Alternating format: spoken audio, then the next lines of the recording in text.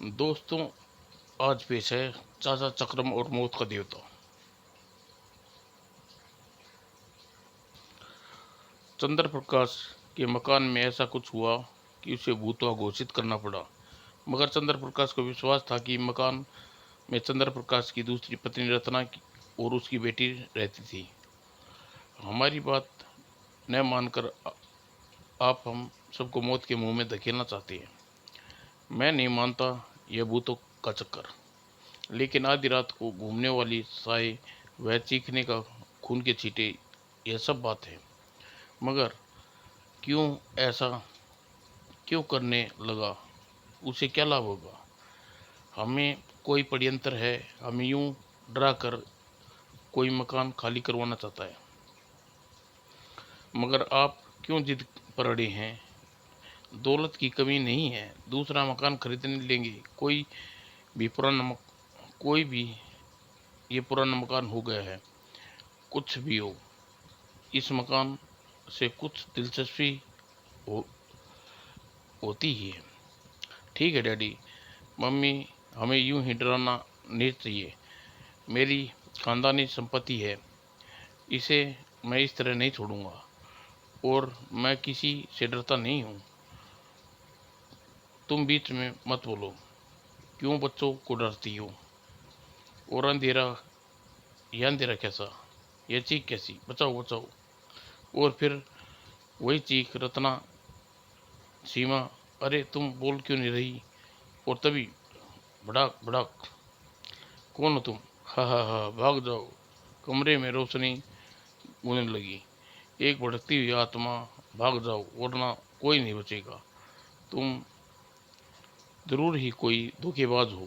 सामने आओ वरना मैं तुम्हें। अचानक ही चंद्र प्रकाश पर प्रहार हुआ और तभी बिजली जल उठी। कुछ देर बाद, ओह, मैं कहाँ हूँ? होश में आओ मम्मी। तुम्हारे डैडी को क्या हुआ? डैडी भी बेहोश है। मगर तुम्हें क्या हुआ था? मैं डर कर बेहोश हो गई थी। सीमा, अपने डैडी को समझाओ, इन्हें कुछ हो गया तो मेरा क्या हुआ? और अगले दिन, यह षड्यंत्र है। मेरा एक दोस्त सुना है बहुत ही जासूस बन गया है, उससे मदद लेनी चाहिए। मुझे आज ही दिल्ली प्लेन से जाना चाहिए। पता नहीं इतना वक्त कुछ जानने के बाद वह मुझे पहचानेगा या नहीं। प्राइवेट जासूस चक्रम के ऑफिस में। ओह, मेरे बचपन के मित्र चंद्र प्रकाश, कैसे दोस्त? मुसीबत में हूँ दोस्त। अब तुम मुझे आराम से पूरी बात बताओ। और पूरी बात सुनिए। कोई तुमसे मकान खाली करवा लेना चाहता है। तुम तुम कोई कारण बता सकते हो? कारण? कारण तो खुद मैं नहीं जानता। मेरे पुराने मकान में किसी की क्या दिलचस्पी हो सकती है?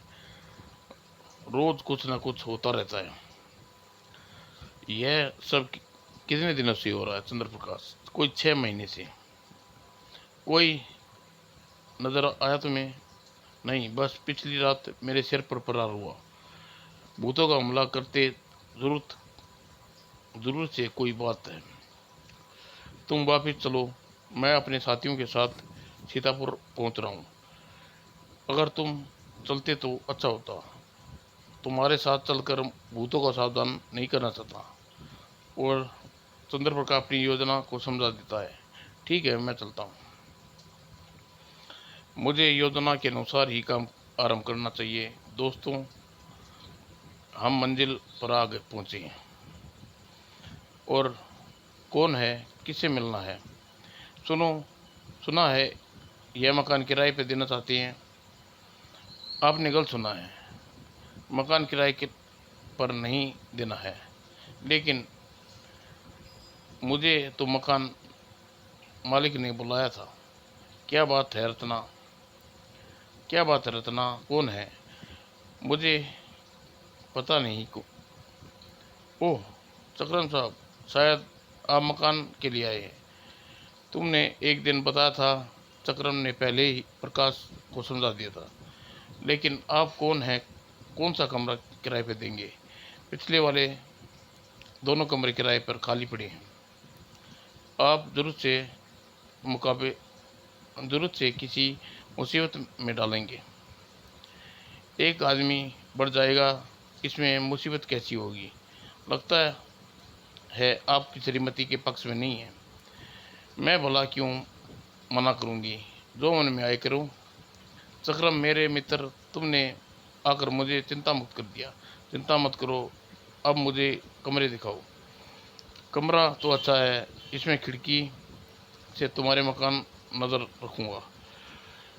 किसी चीज़ की ज़रूरत हो तो निष्कोच मत करना चाहता। मैंने चीपू को हवाबाज को अपने मोर्चे पर लगा दिया है। दोनों पूरी तरह सावधान हैं। रात हो गई है लेकिन अभी तक कुछ नहीं हुआ। और रात के समय यह अंधेरा कैसा हो गया? कोई चाल तो नहीं है? बचाओ बचाओ, लगता है किसी की मदद की जरूरत है। और यह मेरे पैरों में किस चीज़ से टकराया? अरे यह तो खोपड़ी है। कौन हो तुम? है, भाग जाओ वरना बेमौत मारे जाओगे। तुम झूठ बोलते हो। मैं खोपड़ी नहीं बोले तीन, मैं भटकती हुई आत्मा हूँ। मैं ठीक तुम्हारे रहस्य को खोल देता हूँ। और धड़ाम, बाप रे, खोपड़ी बम की तरह फट गई। अगर एक पल भी चूक जाता तो खोपड़ी के साथ मेरी खोपड़ी भी उड़ जाती। फिर वही आवाज़। यह सब क्या हो रहा है? आज इस आवाज़ का रहस्य पता लगा के रहूँगा। और चक्र में एक साया तेजी से नजर आया। कौन है? जाता है, रुक जाओ। वो वो ओह, यह टेप रिकॉर्ड है। और साया भागता में सफल हो गया। उसकी पैंट का टुकड़ा हवाबाज के मुंह में आ गया। भूतों का रहस्य अब रहस्य नहीं रहा। तुम भी बहुत काम किए हो। अब देखता हूँ कि मेरे हाथों मोजरिम कैसे बचता है। और चाचा चक्रम, तुम ठीक हो? क्या बात है चंद्र प्रकाश, तुम इतने घबराए क्यों हो? मेरी बेटी सीमा अपने कमरे में नहीं है, पता नहीं कहाँ चली गई। आओ चलकर देखते हैं। और यह पैर के निशान कैसे? चक्रम ने निशान के पीछा किया। पैरों के निशान खिड़की के मिले। कुछ पता चला? पैरों के निशान से ऐसा लगता है बेबी का अपहरण किसी खिड़की के रास्ते से हुआ है। हे भगवान, अगर सीमा को कुछ हो गया तो क्या होगा? तुम चिंता मत करो, वे लोग सीमा को कुछ नहीं कर बिगाड़ेंगे। मैं जल्दी उन्हें खोज लूँगा। लेकिन कहाँ? हमारे पास सबूत है, पैंट का टुकड़ा है, हम अपराधी तक पहुँच सकते हैं। मगर बस देखते जाओ, सुबह से तलाश शुरू आरम्भ कर दूंगा। कहा ना, तुम चिंता मत करो। और अगले दिन सुबह पैंट के टुकड़े के आधार पर हवाबाज के सीधे एक व्यक्ति की खोज आरम्भ कर देता है। लेकिन दिन भर भटकने के बाद पता नहीं ज़मीन खा गई या आसमान निकल गया। यहाँ तक आ गया कहाँ है? और एक इमारत के सामने पहुंचकर हवाबाज गुर्राने लगा। क्या बात है बेटा हवाबाज, तुम क्या कहना चाहते हो? हवाबाज आकाश में कोई हरकत नहीं करता। इमारत में कैद खाना होना चाहिए। और तीसरी मंजिल के फ्लैट के सामने। मुझे इस फ्लैट के मालिक से मिलना है। क्यों? धीरे बोलिए। मरीज की तबीयत ठीक नहीं है, आराम की जरूरत है। क्या मतलब? तुम किस मरीज की बात कर रहे हो? अंदर एक, आपकी आंखों से देख लो। ओह, यह तो मर गया। मगर यह नर्स, अभी तो उसको देखा था, जाकर देखता हूँ। इसकी हत्या इसलिए कर दी गई क्योंकि षड्यंत्र का रहस्य न मालूम कर सकूं। इसकी कातिल नर्स होनी चाहिए। मैं थोड़ी चूक गया, नर्स के जाने नहीं देना चाहिए था। मैं फ़ोन तलाश करने में पुलिस की खबर करनी चाहिए। और कुछ देर बाद, आइए, मुझे प्राइवेट जासूस अकरम कहते हैं। आपका बड़ा नाम सुना है, मिलकर खुशी हुई। पूछताछ करने पर पता चला है मृतक का नाम दुर्जन सिंह था। पिछला रिकॉर्ड अच्छा नहीं था। पिछली रात चंद्र प्रकाश के मकान से भाग गया था। मिस्टर चक्रम, आशा है कि दुर्जन सिंह की हत्यारे की खोज हमें सहयोग दोगे। क्यों नहीं, हम ये मेरा फर्ज है। और आओ हम आज इसके अपना काम करने दो। और आओ मिस्टर चक्रम, यह कौन है? ये मेरा भाई भीम सिंह है। शुरू से बड़ा खतरनाक है। यह आदमी मुझे घूर कर क्यों देख रहा है? अच्छा रत्ना, मैं चलता हूँ। अच्छा, मेरी बेटी का कुछ पता चला? इस आदमी को भी समझाना पड़ेगा। अभी तो नहीं, मगर पता लग जाएगा, चिंता मत करो। और अभी आदमी बाहर गया था कि सावधानी से पीछा करना, शाबाश। और सकट रोड, मैंने उस समझाने की बहुत कोशिश की, मगर वह सामने मानने को तैयार नहीं है। और एक कमरे में चंद्र प्रकाश को रास्ते से हटाने बिना काम नहीं बनेगा। किसी भी कीमत पर मकान को छोड़ने को तैयार नहीं है। क्या रविमा? एजेंट 1, आदेश है चंद्र प्रकाश की हत्या कर दो। ओके सर, बस। हाँ हाँ, अच्छा है। आज रात हर हालत में काम हो जाएगा। और श्याम के समय रत्ना ने टेबल पे बैठा था। अगर आज कुछ हुआ तो सुबह यहाँ से चली जाऊंगी। समझो रत्ना, अब यह साबित हो गया है कि यह एक षड्यंत्र है। ओह, यह चीख कैसी? म्याऊं। यह मुझे बिल्ली की आवाज़ लगती है। आओ देखते हैं। ओह, खून कैसा है? ओह, आगे बढ़ते ही खून के दबे बूंदें मिलती हैं। ओह, कम यह कमरा तो मेरा स्टडी रूम है, इसे खोलो। ओह, लाश! ये भगवान, यह तो हमारी पालतू बिल्ली लूसी थी। दाएं, इन्हें क्या हो गया? किसी ने इन्हें गोली मार दी है। ईश्वर का लाख लाख धन्यवाद है, यह अभी जीवित है। रत्ना करने चली गई। मुझे कमरे में ज़रूर कोई बात है, एकांत में इसकी तलाशी लूँगा। और अच्छा, भाग्य अच्छा है गोली कंधे में लगी है, वरना चंद्र प्रकाश मार ही डाल रहा था। यह चंद्र प्रकाश भूतों मकान का क्या चक्कर है? चक्कर तो अभी खुद भी समझ में नहीं आया है। आप फ़ोन के पास रहेंगे, कभी भी तुम्हारी ज़रूरत पड़ सकती है। चिंता न करो, हुक्म की प्रतीक्षा रहूँगा। अब मुझे जा चाहता हूँ। और उसी समय इस बारही में कुछ नहीं मिला और चंद्र प्रकाश स्टडी रूम में तलाशी की। ओह, यह बटन कैसा? 11 बटन दबाता हूँ। ओह, गुप्त दरवाजा। ओह, अंदर चल के देखता हूँ, शायद तहखाने का रास्ता है। अरे, यह पेटियाँ, तस्करों का डर लगता है। नर्स के कपड़े, फेस मास्क, इतना तो नर्स नकली थी। और यह जगह, ओह, मामला हद से तक मेरी समझ में आ गया है। अब मेरे बिल्कुल भी देर नहीं करनी चाहिए। इस तरह समय कौन आ गया? लगता है तुम मुझे पहचाने। कौन हो तुम, और तुम्हारे पास यह क्या चेहरा है? अरे, तुम मेरे चेहरे को ऐसे देख रही हो जैसे पहली बार देख रही हो, लेकिन तुम्हारे पास ये चेहरा, अंदर चलो सब समझाती हूँ तुम्हें। अब तुम असली शक्ल दिखाओ, अपने बारे में सब कुछ बताओ, वरना अच्छा नहीं हुआ। पहले यह बताओ कि तुम मेरा चेहरा देखकर घबराई क्यों रही हो? यह मेरे सवाल का जवाब नहीं है। यह देखो।